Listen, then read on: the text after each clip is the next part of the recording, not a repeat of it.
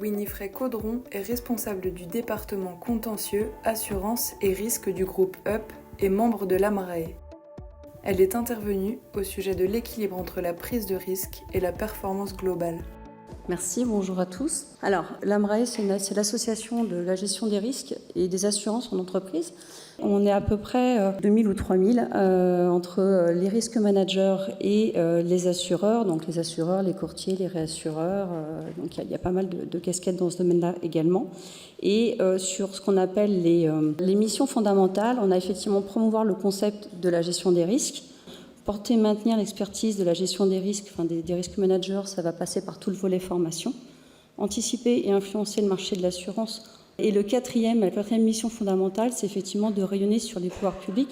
Sur la présentation donc, du groupe Chèque Déjeuner, donc on a un groupe qui date de 1964. Mon poste aujourd'hui, donc le contentieux, les assurances et les risques. On a effectivement notre activité donc des titres restaurants, donc on a des chèques déjeuner. Sur le contentieux que j'ai récupéré plus récemment, effectivement, quand on a des sinistres qui arrivent ou du contentieux, comme par exemple des créances qui ne sont pas recouvrées par nos clients, ça veut dire que quelque part, il y a eu un problème dans nos process. Je vais vous présenter un petit peu comment ça se passe chez nous. Notre vision du processus, c'est qu'un processus, il va permettre de maîtriser une activité afin de permettre l'atteinte de la performance et des risques, et des objectifs stratégiques, tout en maîtrisant des risques. Donc il y a en même temps et cet objectif de performance et de qualité, et en même temps cet objectif de maîtriser les risques qui pourraient soit l'atteindre, soit mettre à défaut votre production ou la transformation de différents produits qui passent dans vos processus. On a effectivement la partie qui vient entre guillemets, du bas, qui est toute la partie en fait avec les processus, avec les plans de contrôle, et on a effectivement aussi une approche avec des risques majeurs qui descendent, et notre objectif, c'est effectivement que notre gestion des risques, elle s'améliore au fur et à mesure, et en même temps de permettre à l'entreprise d'anticiper les choses qui pourraient effectivement amoindrir ses résultats. Alors comment ça s'articule ? Donc les 3 lignes de maîtrise, c'est un concept qui s'appelait les 3 lignes de défense à la base, qui permet du coup dans l'entreprise de venir mettre sous contrôle les risques qu'une entreprise peut avoir. On peut les décliner en fonction des différentes fonctions. Donc là, si on prend la première ligne de maîtrise, dans toute organisation, on est sur la ligne des collaborateurs et des managers, de façon très opérationnelle. Sur la deuxième ligne de maîtrise, on retrouve toutes les fonctions qui vont être des fonctions expertes ou des fonctions support. Certainement la responsabilité des processus, le RM, le contrôle de gestion, et on va avoir effectivement l'audit qui est la 3e ligne de maîtrise.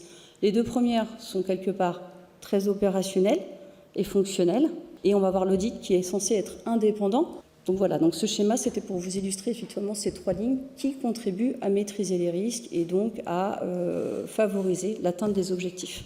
Ce schéma, il est beaucoup plus détaillé. Du coup, ça nous a permis en interne d'expliquer aux premières lignes, à la 2e ligne et à la 3e ligne, ainsi qu'au comité de direction et au comité d'audit des risques, comment l'ensemble des fonctions interagissent sur la gestion des risques.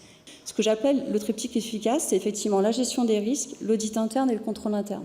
En fait, qu'elles soient dans une même organisation ou qu'elles soient séparées, il faut absolument que ces 3 fonctions communiquent entre elles et se transmettent les différents éléments qu'elles ont. L'objectif, c'est effectivement de permettre au contrôle interne et au processus de renforcer leur niveau de maîtrise quand il y a des défaillances ou un niveau qui est peut-être en dessous de ce qui est attendu, et de permettre effectivement à la gestion des risques de venir renforcer sa gestion des risques sur les risques qui auraient été identifiés ou dont les moyens de maîtrise auraient été évalués comme insuffisants. La cartographie des risques, c'est un outil de pilotage pour le board. Parce qu'effectivement, quand on a un risque qui est placé tout en haut à gauche, donc qui est considéré comme critique, et qu'on constate qu'il est faiblement maîtrisé, il va absolument falloir effectivement mettre des ressources. C'est une matrice quelque part qui permet de décider de l'affectation des ressources.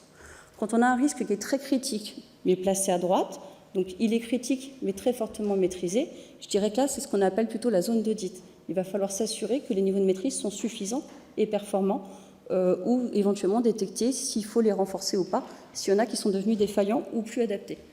Quand on est dans la partie inférieure, ça paraît effectivement moins important sur le moment, mais si effectivement on a un risque qui est placé tout en bas à gauche et qui est faiblement maîtrisé, et qu'un événement extérieur ou un événement interne ou une défaillance fait que ce risque devient beaucoup plus critique, il faut absolument qu'on le mette sous surveillance. Donc on va mettre en place des indicateurs pour voir comment est-ce qu'il comporte. Sur les risques qui sont placés en bas à droite, ce sont des risques qui sont faiblement critiques dans l'évaluation et qui sont très fortement maîtrisés. Généralement, on l'appelle la zone d'optimisation parce que quand il faut faire des arbitrages budgétaires, on a tendance des fois à alléger un petit peu le niveau de maîtrise de cela pour le transférer vers la zone critique qui est en haut à gauche. Ça, c'est quelques exemples que je vous ai mis pour illustrer le travail qu'on a en commun.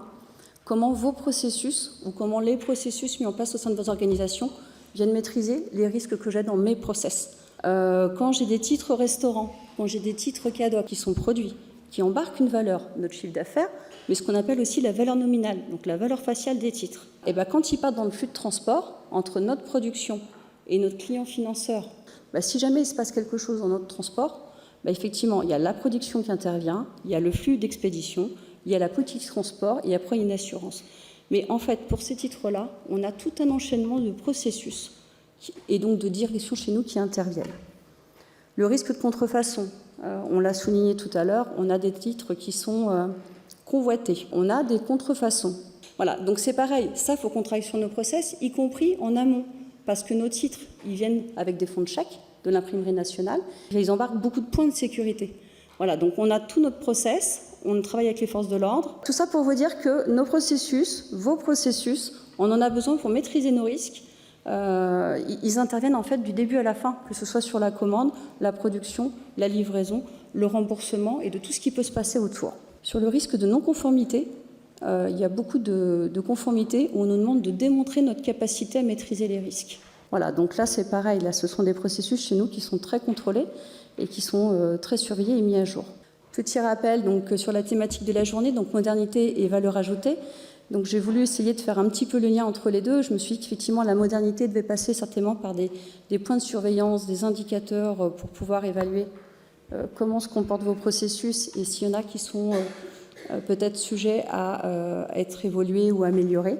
Et puis peut-être la valeur ajoutée aussi. Où est-ce qu'on met du sens ? Est-ce qu'il faut tout processer, jusqu'à quel niveau, dans quel degré de détail, jusqu'où on va pour atteindre un niveau de qualité, pour effectivement maîtriser les risques qu'on ne veut pas prendre. Voilà, je vous remercie, je n'ai pas surveillé l'heure. Voilà. Merci pour votre écoute. Vous pouvez découvrir les synthèses de toutes les interventions de cette convention annuelle 2023 sur www.franceprocessus.org.